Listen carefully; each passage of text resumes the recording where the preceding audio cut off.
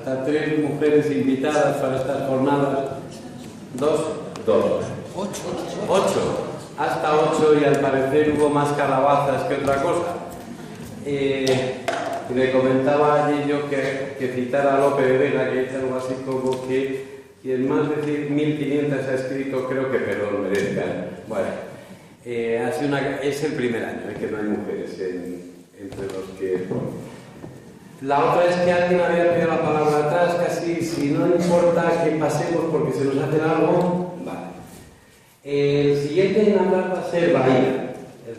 Bahía es un escritor saharaui, es un poco viejo conocido también aquí y realmente se mueve mucho por todas partes. Como detalle curioso podemos decir que nació siendo español, ¿verdad? Sí, luego dejó de serlo y ahora está intentando volver a serlo, pero ojalá alguna vez tenga la doble nacionalidad de saharaui y español, pues será un honor compartir con él al menos la que se puede. Y sí que puedo decir de él que lidera de alguna manera un movimiento de escritores muy interesante que se autodenomina Generación de la Amistad. Él me habló de que es un homenaje a la generación del 27, con la que encontramos muchos puntos en común, es decir, muchos poetas que tuvieron que salir al exilio, que desde lejos tenían un poco la añoranza de la tierra perdida, pero que por otro lado, si luego se mira, resulta que tienen un sentimiento muy fuerte, no solo de la tierra, sino también de la humanidad, del conjunto. Es curioso porque leyendo a Bahía yo he encontrado resonancias de todo esto que he citado antes de Cortázar, es decir, estos escritores que se han visto obligados al exilio. A mí me recordaba muchas veces leyendo sus versos o de otros compañeros de generación, a gente como Mario Benedetti o gente incluso como José Martí, es decir, gente que lo curioso es que han ido propagando su amor sorprendente a la lengua castellana, mezclado con un sentimiento de pertenencia muy fuerte a la nación saharaui, cuyos derechos habían perdido, y sin perder nunca esa idea de universalidad de las cosas. Para acabar de presentarle, me gustaría leer un poema suyo donde habla precisamente de eso mismo, que enlaza con cosas que ha dicho precisamente Federico Mayor. Se titula Si supiéramos querer, donde habla de ese sentimiento de la humanidad. Dice: a veces con una mirada desaparecen las fronteras y el mundo parece único, sin distinción de razas, credos o ideologías. A veces cabe en la distancia que separa dos dulces y sinceras miradas.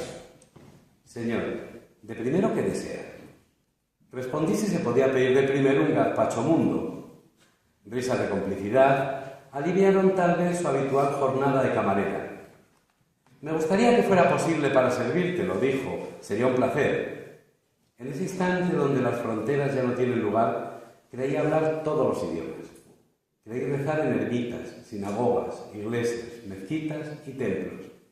Me di cuenta que el mundo cabría en paz entre la complicidad de dos miradas si todos supiéramos querer. Y le paso la palabra. Muchas gracias, Jesús.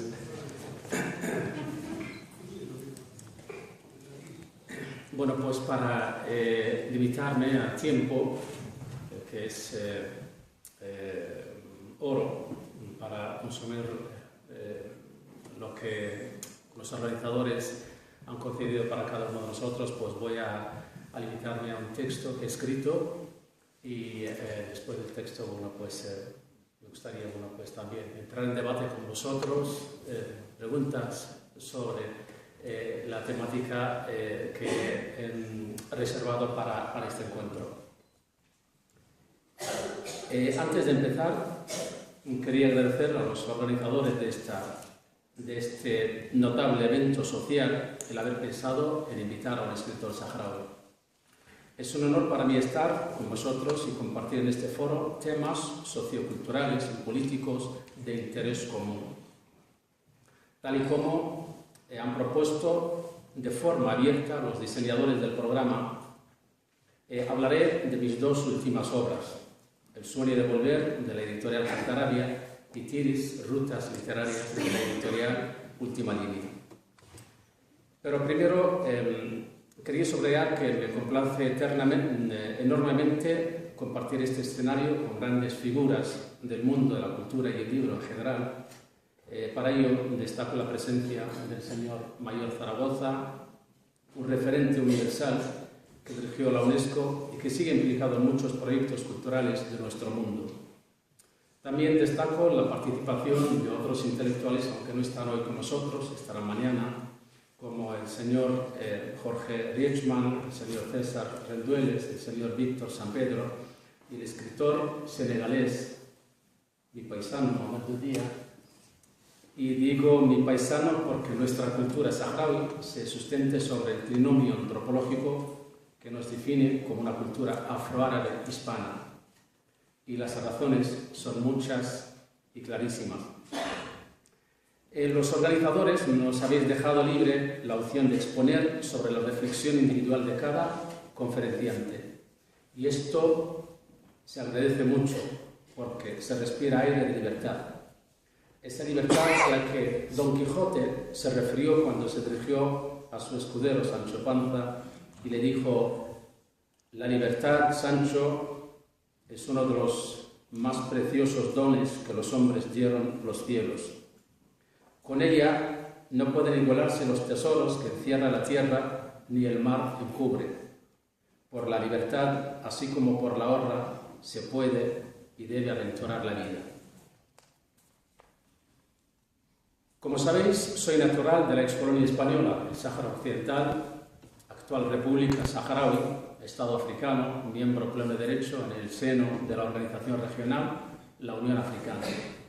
El único y mejor legado que nos ha dejado la metrópoli después de un siglo fue la lengua de Cervantes, cosa que venía comentando a Mayor Zaragoza cuando nos coincidimos en el coche. Un factor más añadido a esa identidad a la que me he referido al hablar del trinomio afro-árabe-hispano. Por lo tanto, me siento tan cómodo entre vosotros como si estuviera hablando en mi otra lengua, hasanía. Y como reza el slogan de nuestro evento, otra forma de pensar, otra forma de escribir. A esto me limitaré en mi intervención.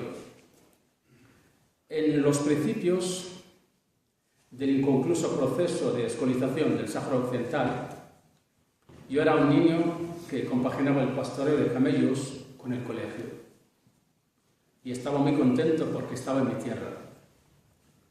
Sin embargo, el precipitado abandono español del territorio y sus consecuencias me llevaron a ser escritor, poeta, antropólogo e investigador. Una metamorfosis tal vez suene exótica para un occidental. Con esto quiero decir que el surgimiento de una élite intelectual nace producto de la madurez de una sociedad sumergida en una evolución y en un desarrollo sociopolítico y cultural constantes. De ahí el rol de este escritor, de ahí el rol que este escritor desempeña para adoptar el tan complejo término de escritor, poeta, intelectual, etc. En mi caso os puedo decir que para alcanzar esta condición he experimentado el horror de la guerra siendo niño y de mayor, la extraña sensación del éxodo, la indeseada condición de refugiado, la impuesta experiencia del exilio y la diáspora. Y todos estos términos inexistentes en mi lengua natal hasanía me hicieron observar y escribir con especial atención sobre el proceso de descolonización, sus ámbitos sociológicos y culturales que aún padece la última colonia de África, el Sáhara Occidental. Me considero un activista cultural que vive y siente los versos, cantos y danzas de cualquier otra cultura. Escucho la música de los Beatles, las sinfonías de Mozart y de Beethoven, también la música celta, árabe, latinoamericana, africana y asiática.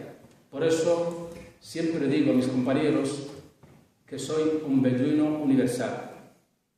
En estas condiciones, primero me hice poeta para cantar la patria saharaui y acercarla al corazón de los que no la han conocido entre las nuevas generaciones.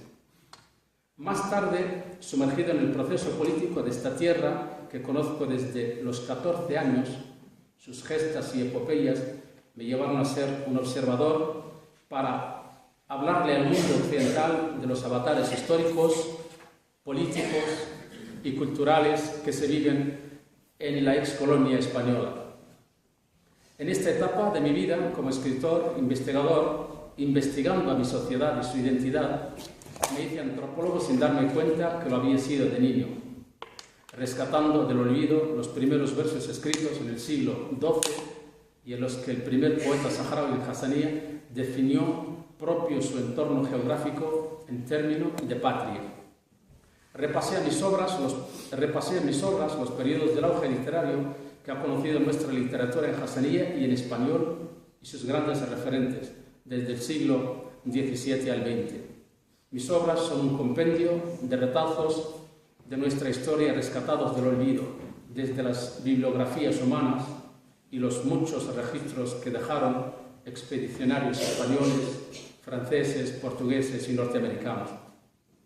En los años 90 llegué a Madrid procedente de los campamentos de refugiados saharauis, con el propósito de ampliar mis estudios en las universidades madrileñas y ser útil al proceso que se libra en el Sáhara Occidental. Y una vez asentado en la casa de la metrópoli, con la que comparto la misma lengua y un siglo de historia, comencé a reflexionar sobre la naturaleza del proceso de liberación nacional querible del pueblo saharaui y todo lo que acarreó de consecuencias positivas o negativas, como es el desarraigo cultural e histórico que padecen muchos jóvenes saharauis que no han conocido su tierra. Me llamó la atención y pensé en el carácter oral con el que ha sobrevivido muchos siglos la historia del Sáhara Occidental.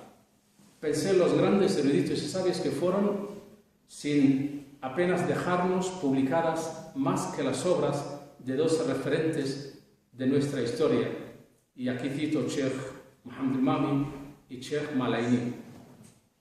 Pensé en la indiferencia con la que la metrópoli durante su dominio al territorio trató a estas obras y sus personajes sin traducirlas, sin investigarlas y sin publicarlas. Simplemente las omitió en las enseñanzas que nos transmitió, imponiéndonos a sus referentes de entonces, como José María Pemán o la historia de Primo de Rivera. He tenido la suerte de no sufrir el desarraigo durante todos estos años de mi exilio, porque de niño bebí de esta identidad cultural saharaui. Pero sí que me preocupó mucho ver a varias generaciones en el abismo de esta lacra que origina los conflictos y hace que muchos hombres y mujeres inconscientemente vivan al margen de su propia realidad de identidad cultural e histórica. Sé que estas generaciones no tienen la culpa, porque otros factores les apartaron del camino que debería haber tomado con naturalidad su vida dentro de su sociedad, si la metrópoli hubiera ejercido de forma civilizada sus compromisos de descolonizar el territorio y entregarlo a sus dueños, como le había exigido la ONU en los años 60. Así, estas generaciones no hubieran sufrido esta desconfiguración cultural, lacra de los conflictos, ni yo hubiera centrado mis escritos en la literatura del exilio, el desarraigo, el refugio o la diáspora. Estos hechos han sido tratados por muchos intelectuales que vivieron semejantes fenómenos. Y aquí cito a aquel agitador transcultural y pacifista estadounidense palestino, Edward Said, cuando decía que el intelectual está para decirle la verdad al poder. Yo creo que también está para escribir con objetividad sobre su sociedad, su cultura y su historia. Creo que la literatura de los escritores saharauis que vivimos en el exilio y en el refugio se enmarca dentro de este lógico planteamiento de Edward Said. Mis primeros escritos de poesía y prosa poética sobre la cultura saharaui aparecieron en los años 80 en la revista de la Juventud Saharaui. Y en estos 15 años que llevo en el exilio, comencé a escribir ensayo, prosa, poesía y estudios. He publicado 5 libros de estudio y ensayo y he participado como coautor en 7 antologías de prosa y verso. Realicé conferencias en varias universidades y foros en Estados Unidos, España, Italia, Argentina, Alemania y Canadá. Mi atención literaria está consagrada a la investigación antropológica y literaria que registra la memoria oral, es decir, las enciclopedias humanas sobre los eruditos, poetas y oradores de la sociedad saharaui que fueron en sus días ignorados por la potencia colonizadora. Mi última obra, El sueño de volver, la escribí partiendo de esta filosofía que han defendido Edward Said, Noam Chomsky o Franz Fanon, quien decía que cada generación dentro de una relativa opacidad tiene que descubrir su misión, cumplirla o traicionarla. Trabajo con un grupo de investigadores de antropología de la Universidad Autónoma de Madrid en amplios ámbitos para registrar, traducir y publicar obras de eruditos y poetas saharauis pertenecientes a 3 generaciones, del 1928 a los años 80. Pero este trabajo académico no me ha detenido en definir mi propia línea de investigación sobre el profundo conocimiento de mi sociedad y su historia. Comencé entonces escribiendo sobre la cultura e identidad saharaui, pensando en miles de jóvenes que no conocieron el pasado histórico de su tierra.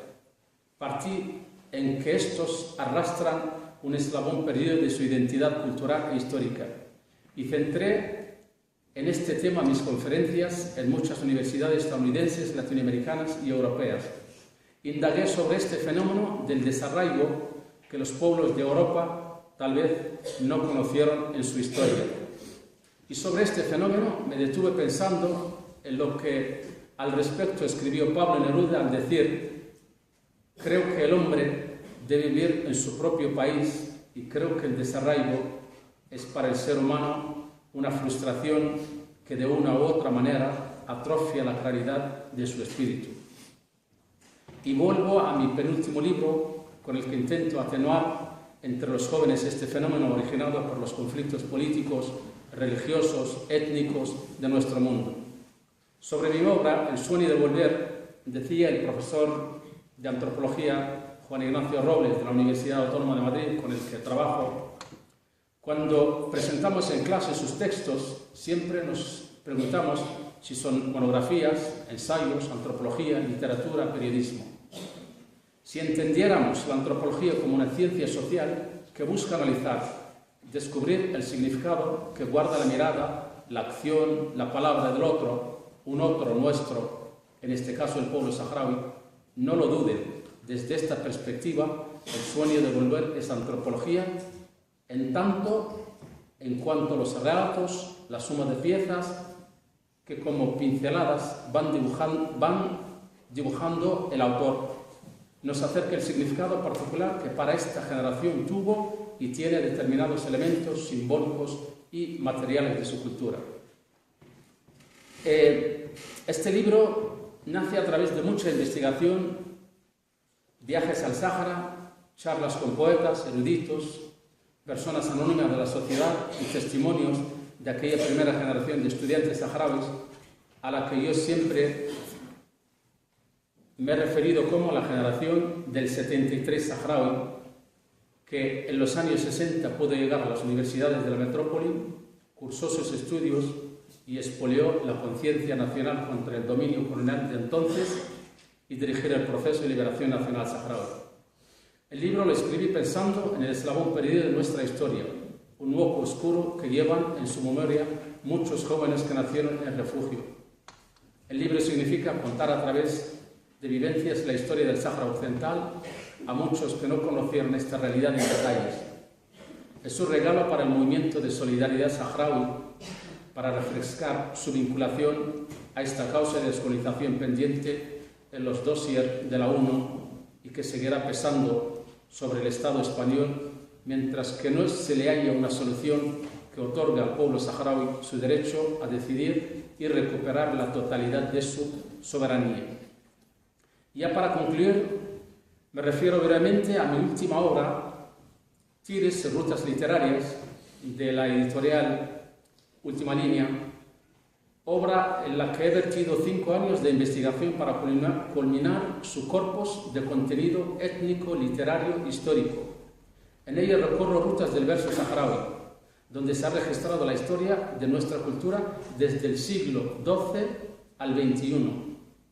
El afán de escribirlo contempla mi compromiso en difundir y aportar a la sociedad saharaui y al investigador académico en general pistas para aterrizar en la realidad cultural e histórica de esta región occidental del continente africano.